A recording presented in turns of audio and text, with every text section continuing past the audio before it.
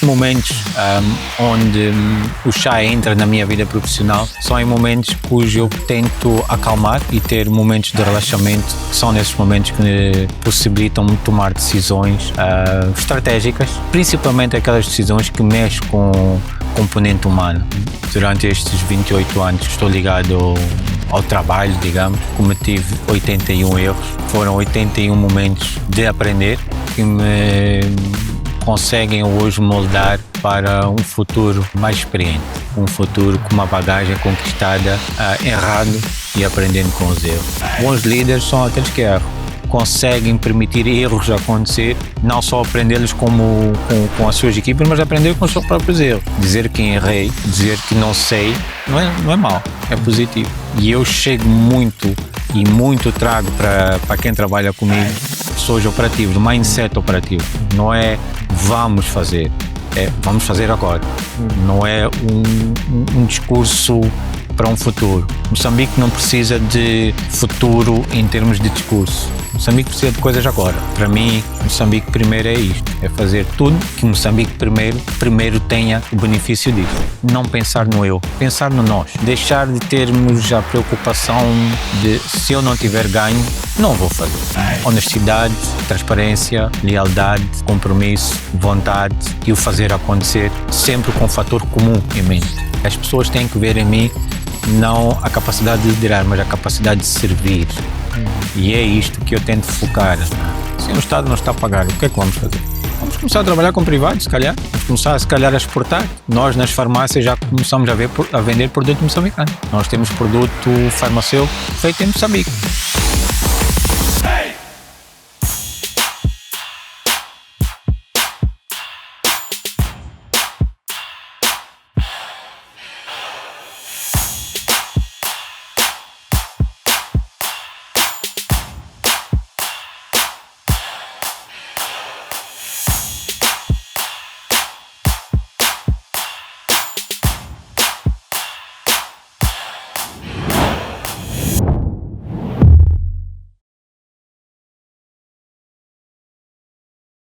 Estimados internautas, saudações. Sejam bem-vindos ao episódio número 222 do nosso podcast Chá de Coaching e Liderança. Espaço este em que os líderes conectam-se, partilham e juntos crescem. Este programa em formato de podcast inspira-se na metodologia de gestão por competências chá, C de conhecimento, H de habilidades e A de atitude. Desta forma, convidamos líderes moçambicanos que se destacam nas mais diversas esferas da atividade produtiva, para, na primeira pessoa, transmitirem as suas narrativas de liderança, dando a saber que conhecimentos teóricos é que acumularam ao longo da sua jornada, que conhecimentos práticos em forma de técnicas, ferramentas é que complementaram aquele conhecimento teórico, e que atitudes em forma de ser, estar, comportamento, caráter, fazem da sua marca comunicacional para acomodar este conhecimento. Constitui nossa ambição contribuir para o desenvolvimento de uma comunidade moçambicana de líderes que sejam conscientes, responsáveis e empáticos. Conscientes que possuem um conhecimento relevante para a liderança, mas também conscientes que são líderes. Responsáveis sobre a necessidade de terem que liderar pelo exemplo para influenciarem positivamente os seus seguidores, internos e externos. E líderes sejam empáticos, por um lado, com as causas que defendem, mas também líderes sejam empáticos uns com os outros.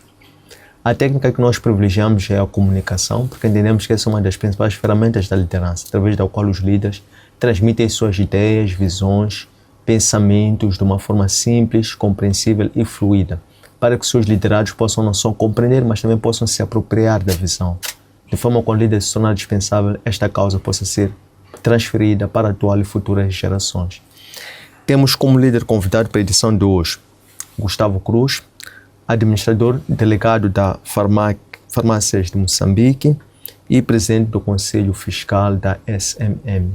Gustavo Cruz, bem-vindo ao nosso podcast. Muito obrigado pelo convite, é muito bom estar cá. Obrigado. Hoje a nossa edição, em termos de numeração, é 222.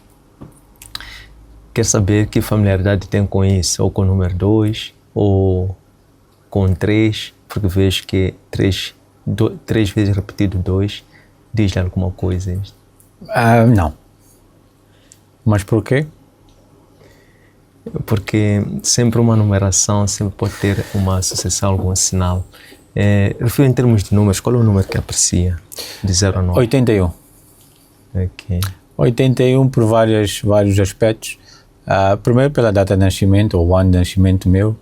Segundo, porque é a idade que eu quero ter quando realmente passar por uma reforma ativa, ou seja, quero estar em atividade em prol de Moçambique até os 81 anos. Terceiro, porque acredito que 81 para mim pessoalmente significa várias coisas. Várias coisas que ao longo da vida fui conquistando, fui aprendendo, principalmente com os erros. E quando faço uma retrospectiva para trás, verifico que durante estes 28 anos que estou ligado ao trabalho, digamos, até a data cometi 81 erros e foram 81 momentos de aprender que me conseguem hoje moldar para um futuro mais experiente, um futuro com uma bagagem conquistada errando e aprendendo com os erros. É por essa razão que o 81 para mim tem muito significado. Muito bem. Mas fico feliz de saber que sou o convidado 222. É mais fácil lembrar e penso que mostra também a grandeza do vosso podcast. 222 episódios não é para quem quer, é para quem consegue. Muito bem. E vocês estão de parabéns mesmo pelos outros convidados que já cá passaram. Ensinaram-nos muito e já vi nesta mesa muitas conversas bastante interessantes. Muito bem. Penso que vamos nós aprender desta esta ambição de longevidade construída muito na base da humildade, mas eu penso que toda uma visão estimula-nos a dar um passo de cada vez, que estes 36 anos por virem possam continuar a ser de muita realização. Quanto a chá, em que momento é que procura por um chá e o que encontra nesse chá? Posso ser mais honesto, eu não sou muito de chá, para mim é mais café. Eu sou uma pessoa que me considero um profissional muito operativo e como tal a gente normalmente procura na cafeína a motivação necessária para poder, de certos momentos e alguns dias, ser o parceiro correto para nos dar aquele boost necessário para não só começar o dia, mas por vezes até para poder terminar o dia. Mas já em momentos onde o chá entra na minha vida profissional, são em momentos cujo eu tento acalmar e ter momentos de relaxamento, porque são nesses momentos que possibilitam-me tomar decisões estratégicas, principalmente aquelas decisões que mexem com o componente humano. E são essas decisões que não é com a base na cafeína que a gente consegue tomá-las. Então, chá calmantes, chá relaxantes, chá que ajudam a pensar, mas o chá real, não os chás, digamos, adaptados com sabores e por aí diante, não. Sou muito a favor ainda do tempo, de há muito tempo, dos Five Roses. E chá preto, para mim, né, é o que mais cativa em termos de relaxamento e poder ter espaço para pensar, analisar e tomar decisões. Mas cafeína é melhor para mim. Muito bem. Olhando para esta degustação que esteve aqui a dizer, é dos cafés, porque disse que é operativo, mas depois disse que às vezes procura um chá para relaxante quando está para entrar em atmosferas de estratégia. Gostava de fazer aqui uma associação entre do topo à base, do ponto de vista de dimensões de pensamento de gestão, da estratégia até a operação. Qual é a importância de colocar operações tanto a nível de estratégia, tanto a nível tático, como a nível operacional? Quando disse sou operacional, mas em algum momento procuro um ambiente de relaxamento para poder desenvolver estratégia. Qualquer operação que possa ser executada ou planeje ser executada tem a base de uma estratégia que já foi antecipadamente traçada ou decidida. O que nós tentamos fazer, ou o que eu pessoalmente tento fazer, é não executar nenhum tipo de operações sem primeiro ter um foco, ter um plano que seja executável de acordo com certos parâmetros, porque correr sem ter um caminho, correr sem perceber por onde eu estou a correr, ou correr numa mata com espinhos descalço, é totalmente diferente de estar preparado. A estratégia é muito importante antes de qualquer atividade, tanto faz a atividade que seja. Nós temos que perceber realmente o que é necessário fazer, como é necessário fazer, o que é que tem que ser feito, quem tem que o fazer e como pode ser feito. E é esta a parte operativa que se entra. Operativo eu sou porque a operação que eu tenho nas farmácias de Moçambique é retalho. É uma operação que nós temos que pôr a tempo oportuno, neste caso medicamentos, nas farmácias, para que os nossos utentes tenham disponibilidade de os comprar. A estratégia para isso é muito simples. A operatividade dessa estratégia no curso do funcionamento da empresa é que é o segredo.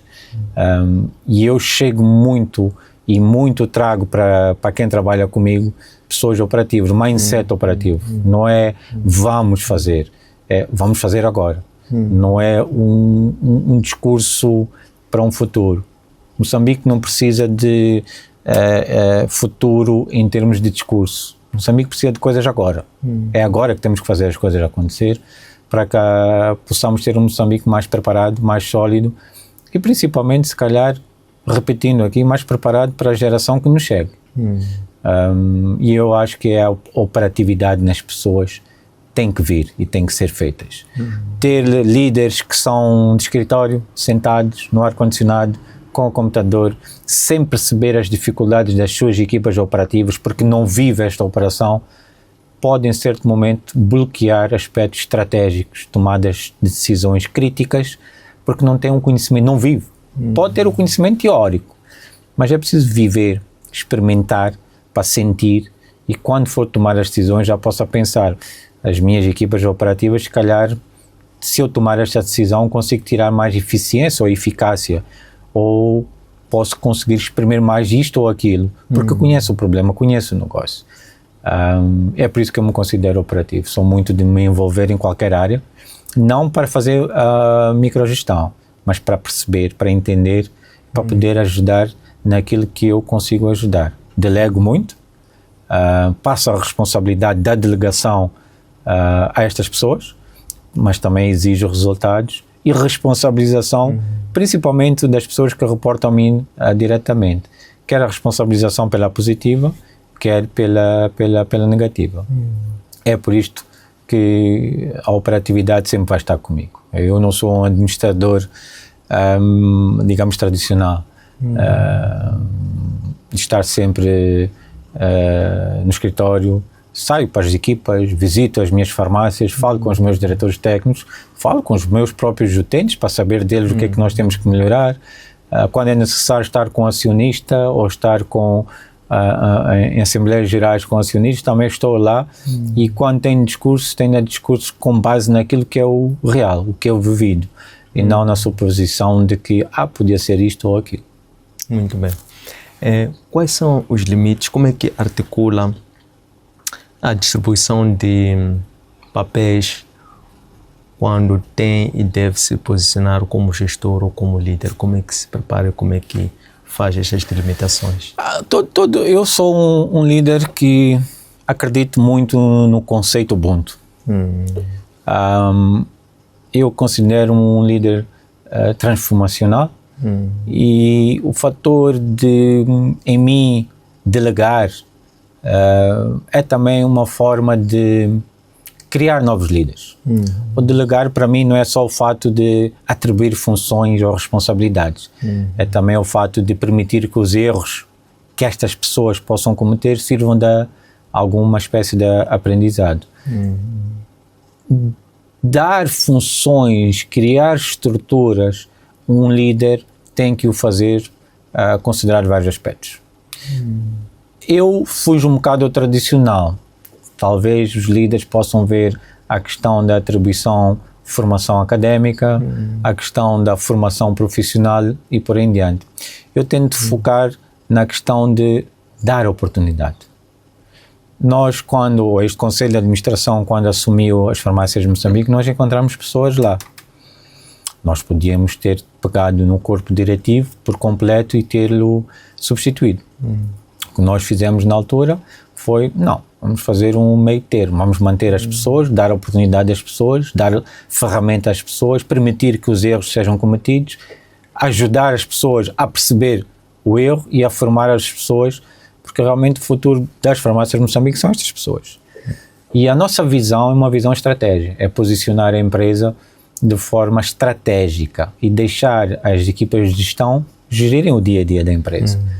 E isto só pode ser feito se nós conseguirmos dar a oportunidade às pessoas que conhecem o negócio. E são estas pessoas, por exemplo, no caso das farmácias de Moçambique, que têm gerido a empresa no plano de recuperação que nós estamos a implementar. Sim, ainda estamos no início, só temos 1 ano de atividade, ainda nos falta-nos a 6 anos, porque é um projeto de 7 anos, mas já temos dito números, ainda não positivos, mas números menos negativos, que mostram algum encorajamento no que pode ser o plano de recuperação. Não existe uma receita escrita, não existe uma fórmula x mais 1 menos 3 vai dar isto que pode dizer se o líder seguir vai ter sucesso. Não. Bons líderes são aqueles que erram, são aqueles que conseguem permitir erros acontecer, não só aprendê-los com as suas equipes, mas aprender com os seus próprios erros. Dizer que errei, dizer que não sei, não é mau, é positivo. E eu acredito na minha liderança nestes aspectos. Sim, às vezes é difícil engolir certos erros, mas temos que os fazer. Como eu disse há bocado, quando expliquei a questão do número 81, eu também cometi muitos erros. E se calhar tive a sorte de ter líderes em cima de mim que me deram espaço para aprender com os erros. Mas sei que não é uma prática no nosso cotidiano moçambicano permitir tantos erros ou permitir tantas formas de pensar neste aspecto. Mas a estratégia é o principal papel, identificar pessoas, ver qualidade nas pessoas, por mais que essas pessoas não se acreditem nelas próprias, é acreditar nas pessoas. E depois eu tenho um conceito muito simples, eu sou muito pró-moçambicano. Eu, em todo o setor que passo, se tenho a oportunidade de tomar decisões, de só ter moçambicanos a trabalhar lá, é o que eu dou mais importância. Aliás, temos em comum nós dois, não é um slogan, é um aspecto de viver que é o Moçambique primeiro. Para mim, Moçambique primeiro é isto, é fazer tudo que Moçambique primeiro tenha o benefício disso. E eu acredito que me focar em moçambicanos, sim. Se eu posso pagar $10 mil de salário a um estrangeiro, por que não posso pagar a um moçambicano? E é isto que eu tento fazer na minha função estratégica como gestor, como moçambicano e como alguém que quer ver Moçambique a melhorar, né? Muito bem. Como um seguidor da doutrina Ubuntu, quais são as 2 características de inteligência emocional ou social que mais aprecia e trabalha? Eu não sei se vou dizer que são características ou se deviam ser obrigações ou deviam ser a mentalidade toda. O que eu acho, primeiro é honestidade. Não é uma característica porque deve ser um standardizado. Honestidade, porque honestidade cria transparência, honestidade cria conversas difíceis, soluções a essas conversas difíceis, honestidade cria resultados, honestidade cria possibilidade de melhorar. É o primeiro fator. O segundo fator que eu acho muito importante, mais uma vez, talvez não dentro de características, mas de conceito, é isto. É termos a capacidade de não pensar no eu.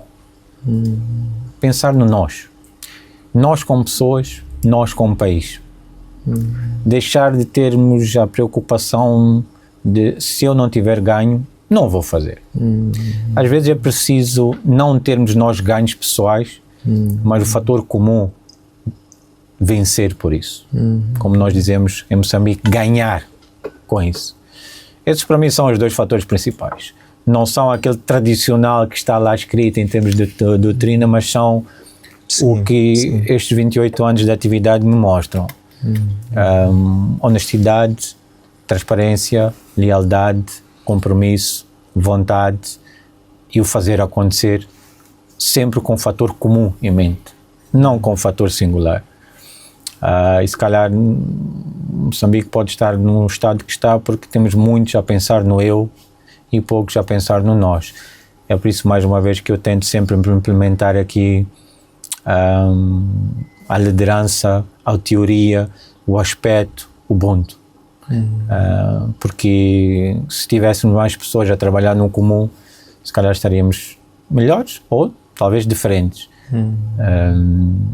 E eu acho que precisamos disso como país, como individuais, como profissionais, e isto tem que ser passado para as próximas gerações. Vivemos isto no tempo de Samora, o eu, mas dentro de um nós. Vivemos isto. Eu acho que nós temos que começar a ter esses pensamentos. Muito bem.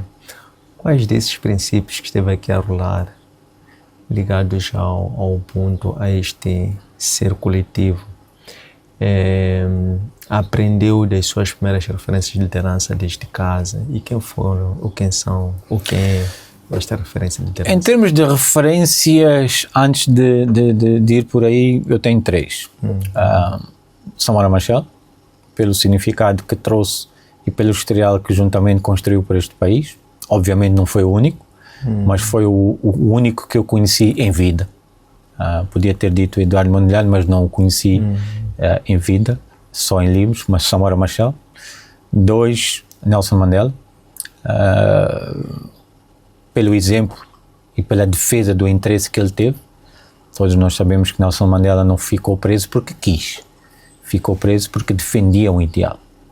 E, aliás, Desmond Tutu e Nelson Mandela são os pais do Ubuntu.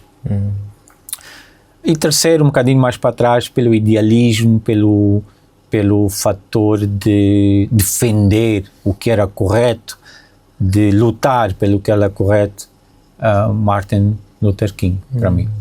Por que esses 3?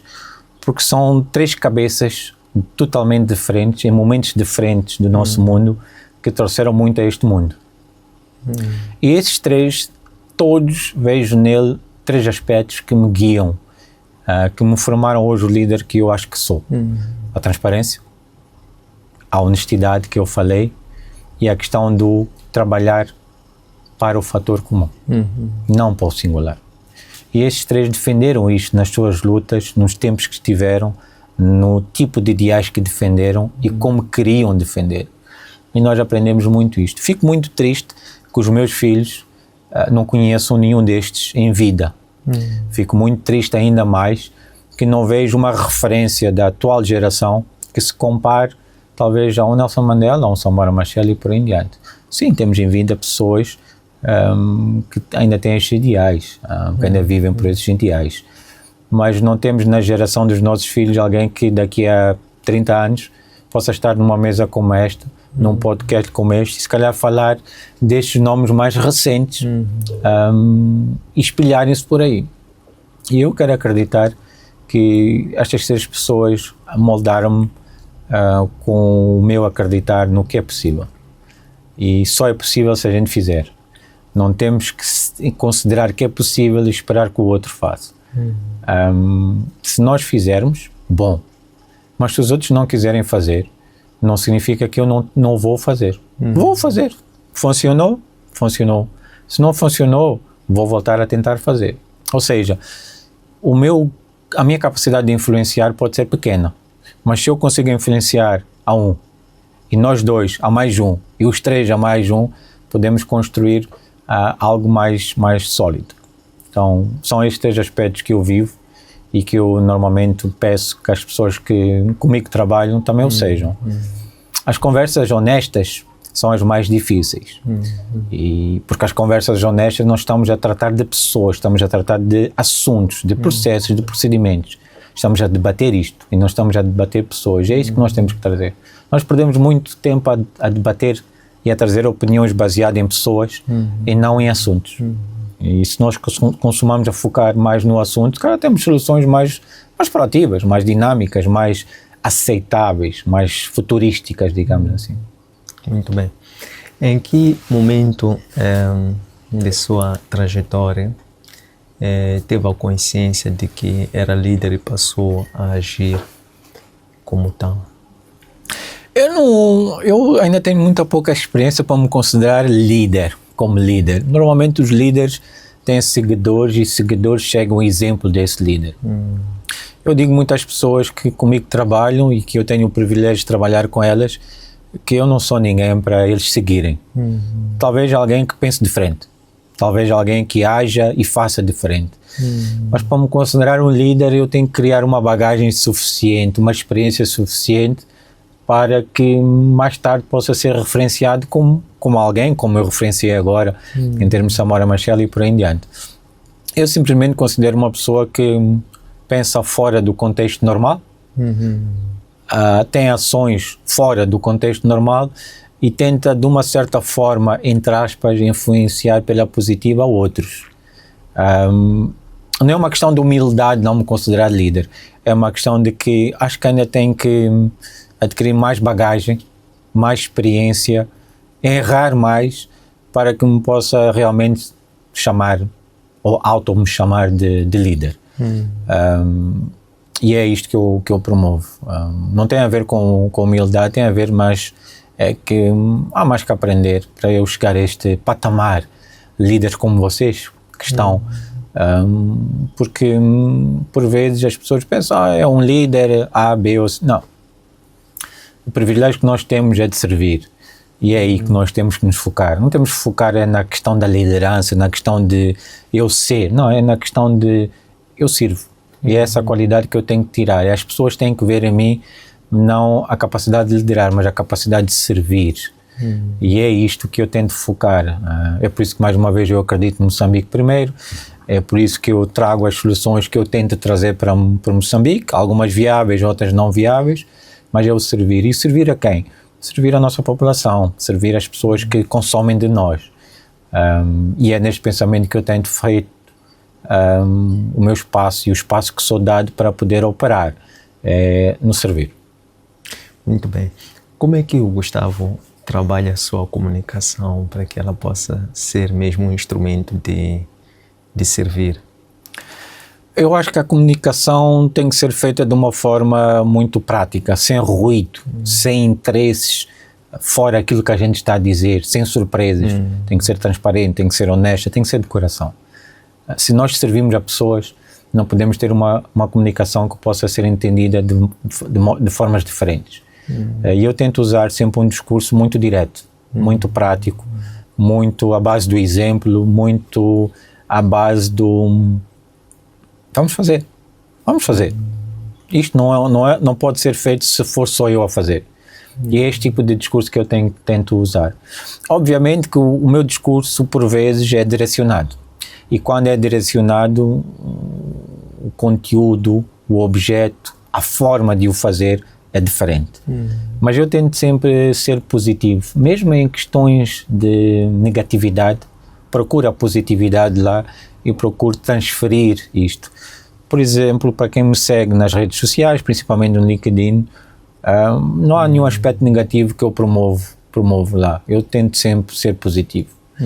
O mundo já está cheio de pessoas com a missão de trazer a negatividade, trazerem o problema sem a solução. Líderes de bancadas, nós temos muitos. Líderes de fazer acontecer, não tantos. E é este o discurso que eu tento promover, entre aspas aqui, influenciando as pessoas também a fazer. Tem pessoas que dizem que, eu costumo dizer que de vez em quando escrevo coisas inteligentes no LinkedIn. E acredito nisso, porque a minha comunicação é uma comunicação muito transparente, virada em 3 aspectos. Aspectos financeiros, aspectos de não acreditar que Moçambique ainda é possível. Aliás, eu costumo falar chamo o mais velho, Dino Foi, que tem um modo de viver muito proativo, que em Moçambique ainda é possível, e temo focar nisso.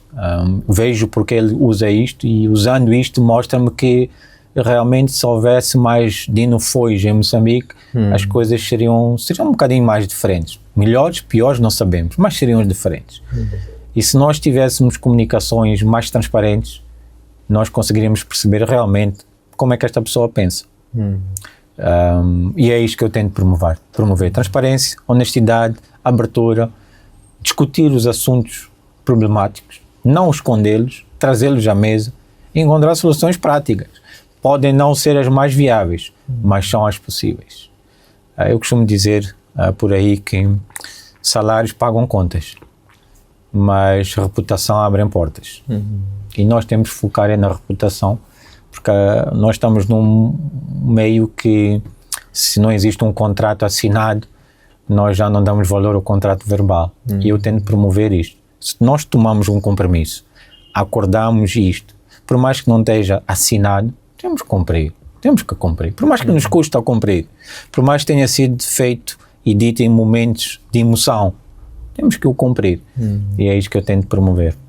Falando em reputação, imagem, o que se tem que priorizar na construção da marca Moçambique para que ela possa melhorar, capitalizar ainda mais a sua imagem?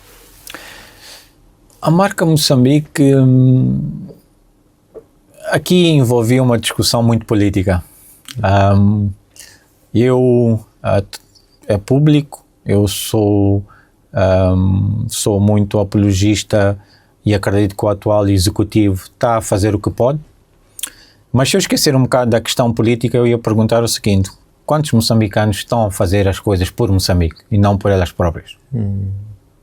É isto que eu dizia há bocadinho. Nós temos que deixar de nos preocupar muito no eu e preocupar mais no nós. Nós como moçambicanos, como país.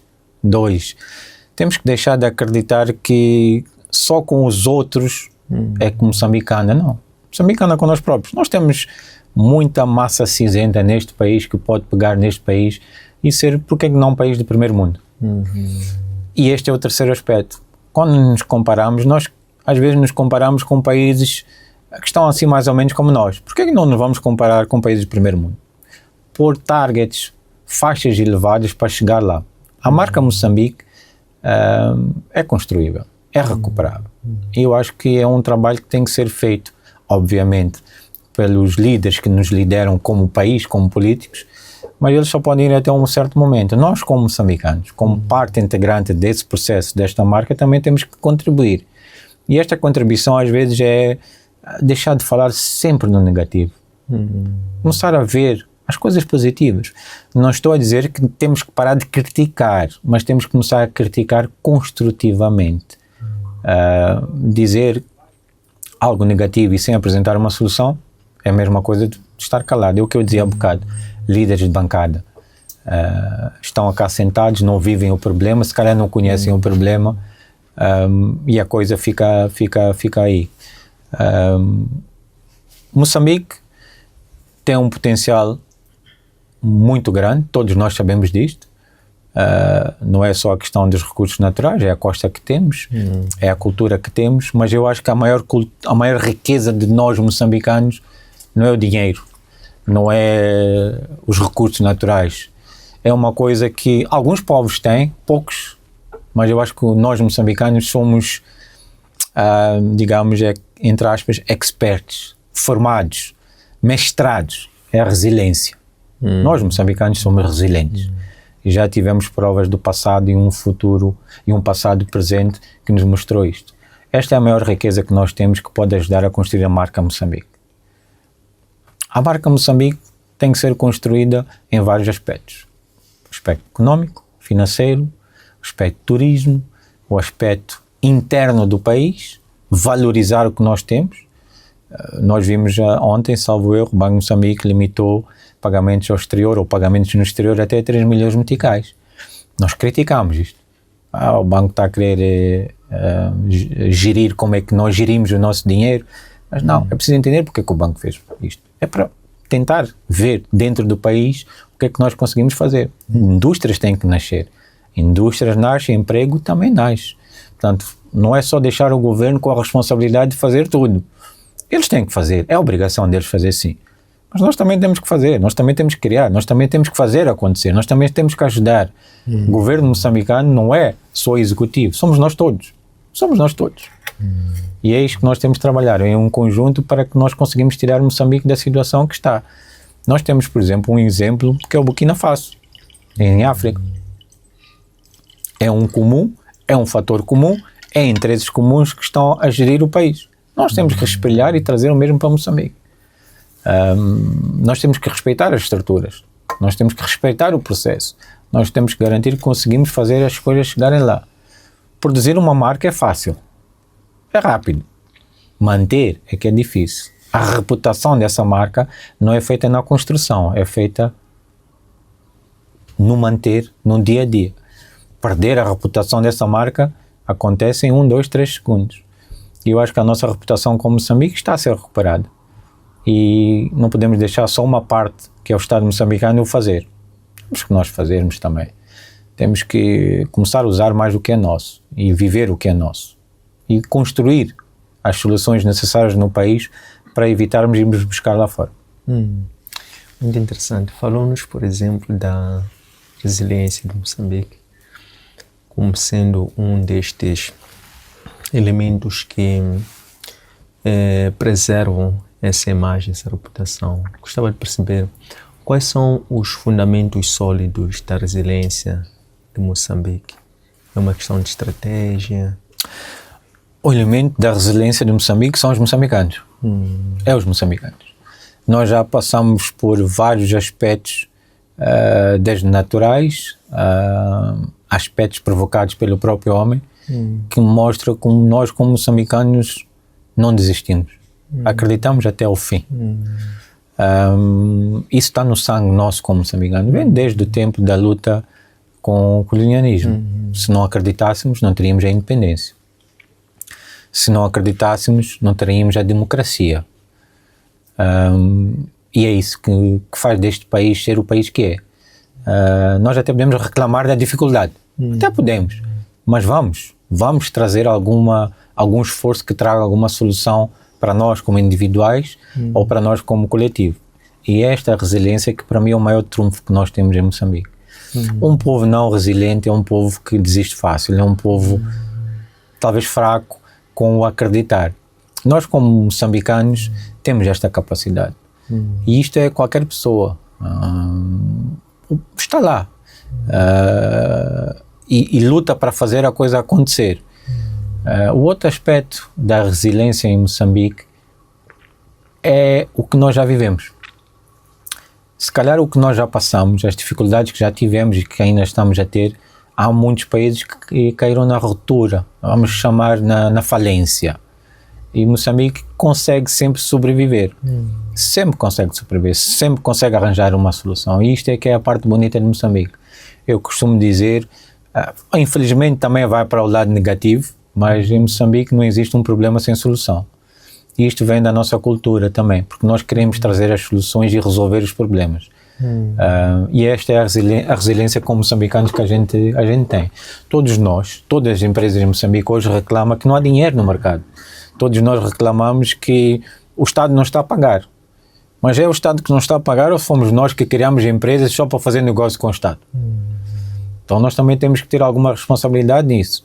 E a responsabilidade da resposta que temos que dar é a solução que temos que trazer. Se o Estado não está a pagar, o que é que vamos fazer? Vamos começar a trabalhar com privados, se calhar. Vamos começar, se calhar, a exportar.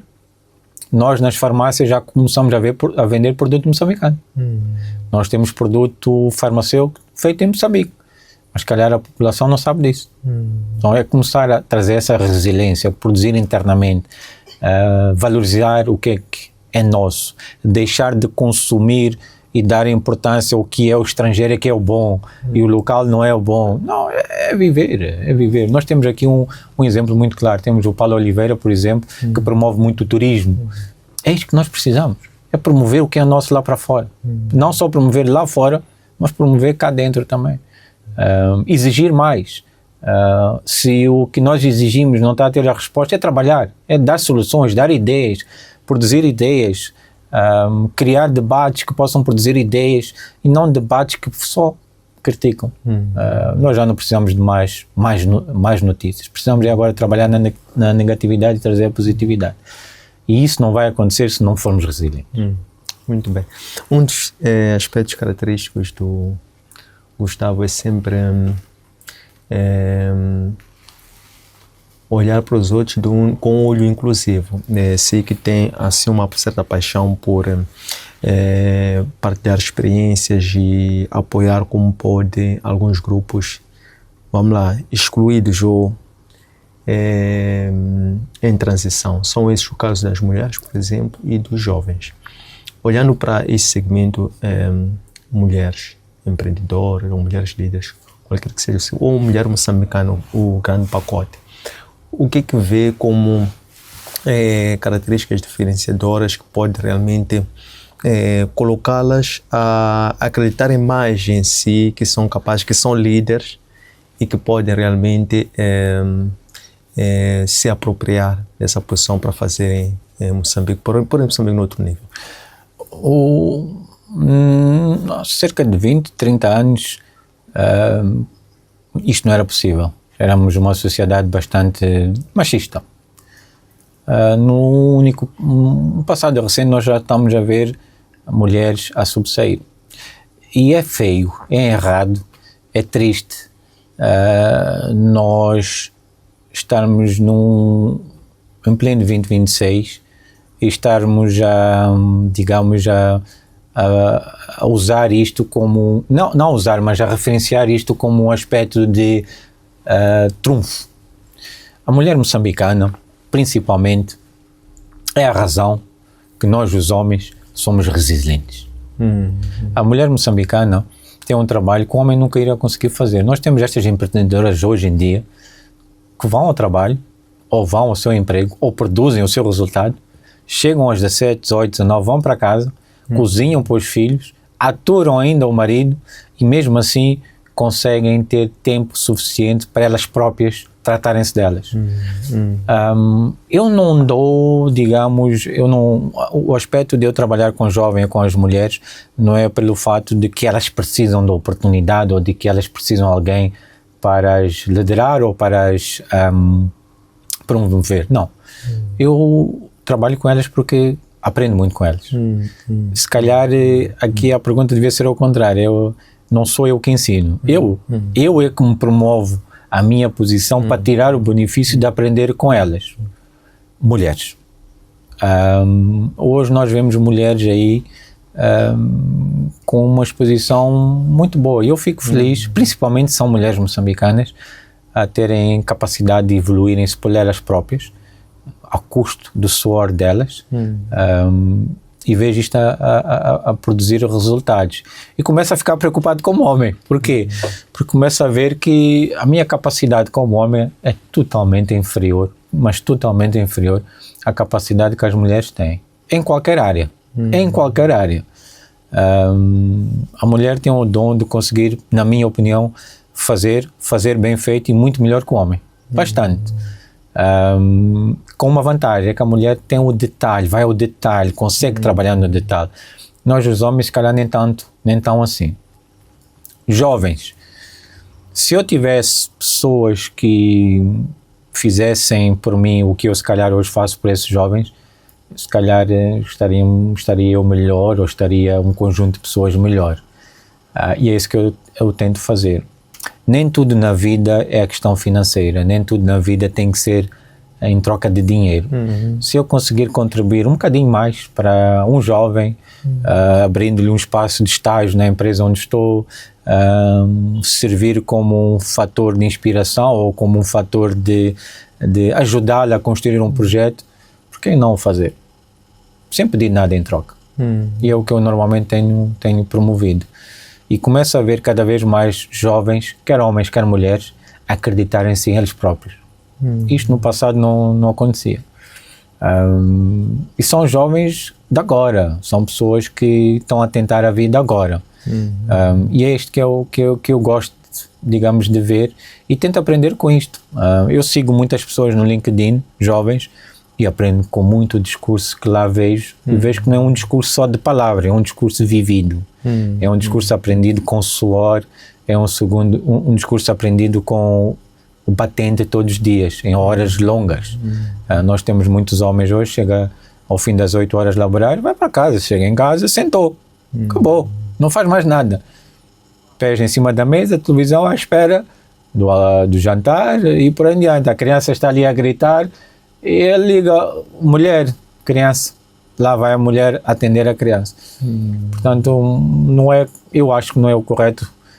O discurso tem que ser ao contrário. O que é que as mulheres fazem por nós? Eu vejo, por exemplo, hoje associações como a MEIA, vejo a Lima, vejo a Nilza Bragança e outras pessoas que vieram do zero e construíram-se não só elas próprias como mulheres, mas os negócios que elas têm. E para mim é um orgulho ver estas pessoas como moçambicano e como homem, porque mostra que há possibilidades e já começa a não ser necessário dizer os homens é que abriram espaço. Não. As mulheres é que conquistaram este espaço e é preciso respeitar este processo e valorizar o aspecto que as mulheres conseguiram implementar. Nós temos hoje em dia conselhos de administrações de empresas que têm mulheres e são mulheres que trazem o sucesso dessas empresas. Até pouco tempo, por exemplo, tivemos ali a Luísa Diogo em frente a um dos bancos da praça e trouxe um sistema de governação completamente diferente. Nós temos uma primeira-ministra mulher que está a gerir um gabinete da maneira que está a gerir proativa. Portanto, são estas pessoas que nós temos que aprender. Eu, como homem, eu sou do tempo que, e se calhar aqui a colega que está ali sentada, sou do tempo que as discotecas eu pagava 80, a mulher pagava 20.